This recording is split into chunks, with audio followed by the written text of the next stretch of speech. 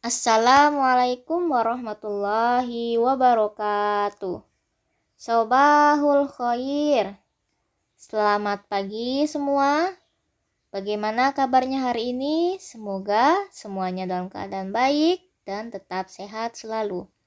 Baik, hari ini kita akan belajar bahasa Arab bab 3 tentang jumlah fi'liyah. Sebelum kita melanjutkan pembelajaran pada hari ini, mari kita buka bersama-sama dengan mengucap basmalah. Bismillahirrohmanirrohim. Silahkan anak-anak simak dan perhatikan apa yang dijelaskan pada video berikut ini. Selamat belajar. Tentang pengertian jumlah fi'liyah. Apa itu jumlah fi'liyah? Jumlah fi'liyah adalah jumlah atau kalimat yang dimulai dengan kata kerja atau fi'il. Kalau kita kemarin sudah mempelajari tentang jumlah ismiyah, maka jumlah fi'liyah ini adalah kebalikannya. Jadi diawali oleh kata kerja dulu. Nah, apakah ciri-ciri fi'il? Kalimat fi'il atau kata kerja ini dalam bahasa Arab biasanya tidak bertanwin. Yang pertama, yang kedua tidak diawali oleh huruf alif lam, dan yang ketiga ada tambahan salah satu huruf yaitu bisa alif, nun, ya atau ta. Jadi nanti bisa alif, nun, ya atau ta. Oke. Selanjutnya tentang struktur jumlah fi'liyah. Nah, jumlah fi'liyah itu terdiri dari fi'il, kemudian fa'il, kemudian maf'ul bih. Jadi susunannya awal kalimat itu pasti fi'il, kemudian disusul namanya fa'il, dan yang ketiga maf'ul bih. Nah, fi'il itu apa? Fi'il itu kata kerja. Dalam bahasa Indonesia, dalam susunan kalimatnya biasa disebut dengan predikat. Nah, kalau fa'il itu adalah pelakunya atau subjeknya. Sedangkan maf'ul bih itu adalah objek yang dikenai pekerjaan. Biasanya dalam bahasa Indonesia itu subjek, predikat, objek. Tapi dari jumlah fi'liyah ini dibalik menjadi predikat, subjek, dan objek. Misalnya akala. Akala ini kata kerja, artinya makan. Ahmadun. Ahmad ini pelakunya atau subjeknya. Sedangkan al-khubza ini artinya roti atau yang dimakan. Jadi kalau kita artikannya hanya langsung letterlek, tidak memakai kaidah bahasa Indonesia, maka ini menjadi makan Ahmad roti. Ini keliru. Tapi dalam penerjemahan bahasa Indonesia tetap mengikuti struktur pola kalimat dalam bahasa Indonesia, maka menjadi Ahmad makan roti. Seperti itu ya. Oke. Selanjutnya, pembagian fi'il berdasarkan kebutuhan objek. Nah, jadi ada kata kerja itu ada dua dalam bahasa Arab, yang namanya yang pertama fi'il lazim. Fi'il lazim ini adalah kata kerja yang tidak membutuhkan objek. Jadi ada kata kerja, beberapa kata kerja yang memang tidak butuh objek. Jadi susunan kalimatnya hanya terdiri dari fi'il dan fa'il saja tanpa maf'ul. Apa contohnya? Misalnya jalasa zaitun. Jalasa ini artinya adalah duduk. Zaid ini fa'ilnya, pelakunya, nama orang Zaid. Zaid telah duduk. Maka dari kalimat ini itu tidak membutuhkan objek. Seperti itu. Nah, yang kedua namanya fi'il muta'addi. Fi'il muta'addi ini adalah kata kerja yang membutuhkan objek.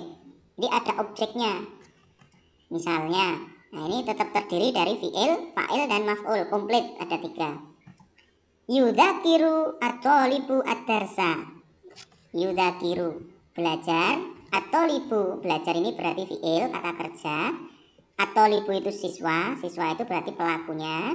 Kemudian ad-darsa ini pelajaran. Pelajaran ini masuk dalam maf'ul atau objeknya. Jadi kalau diartikan siswa sedang belajar pelajaran. Nah, yang saya garis bawahi ini adalah merupakan objeknya. Jadi ada kata kerja yang memang membutuhkan objek, ada yang tidak membutuhkan objek.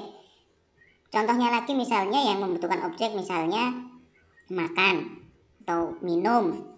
Minum apa? Makan apa? Maka itu harus dijelaskan objeknya itu apa.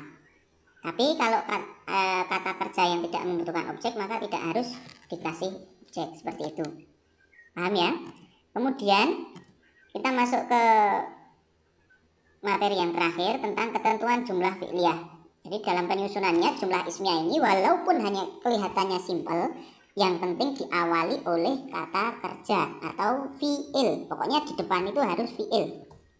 Nah, tapi fi'il dan fa'il itu harus serasi, sesama mudzakkar atau laki-laki atau sesama muannas. Jadi kalau kata kerjanya itu menunjuk ke laki-laki, maka pelakunya juga harus laki-laki dan sebaliknya. Misalnya, yaktubu Hasan ar-risalah. Hasan sedang menulis surat. Karena dia Hasan ini laki-laki, maka diawali oleh huruf ya di sini. Nah, sedangkan jika Fatimah karena dia perempuan, maka diawali oleh huruf ta di sini. Oke. Yang kedua, fa'il atau subjek ini diberi tanda baca akhir dhammah. Dhahaba at-thalibu. Nah, kata at-thalibu ini menempati posisi fa'il atau subjek. Dhahaba pergi, at-thalibu siswa, siswa pergi. Nah, yang menjadi fa'il ini harokat akhirnya adalah dhammah. Begitu cara menuliskannya. Kemudian ketentuan yang ketiga, maf'ul atau objek itu diberi tanda baca fathah. Nah, kalau objeknya ini menggunakan fathah. Yudzakiru at-thalibu ad-darsa. Siswa belajar pelajaran. Nah, objek ini menggunakan tanda baca fathah. Dan yang terakhir, fi'il tetap berbentuk tunggal atau mufrad meskipun fa'ilnya tasniyah. Tasniyah ini bentuk dua atau jamak lebih dari dua. Misalnya ada kalimat para siswa sudah masuk kelas. Nah, para siswa ini ada bentuk jamak, 3 orang ke atas satu kelas. Ya, bisa 3, bisa 5, bisa 20, bisa 30. Nah, meskipun ini bentuknya jamak, tapi bentuk fiilnya tetap mufrad. Jadi bentuk fiilnya tidak usah dibuat jamak. Nah, sampai di sini dulu materi kita pada hari ini. Semoga dapat mudah dimengerti ya anak-anak. Ibu akhiri dengan mengucap hamdalah. Alhamdulillahirabbil alamin. Wassalamualaikum warahmatullahi wabarakatuh.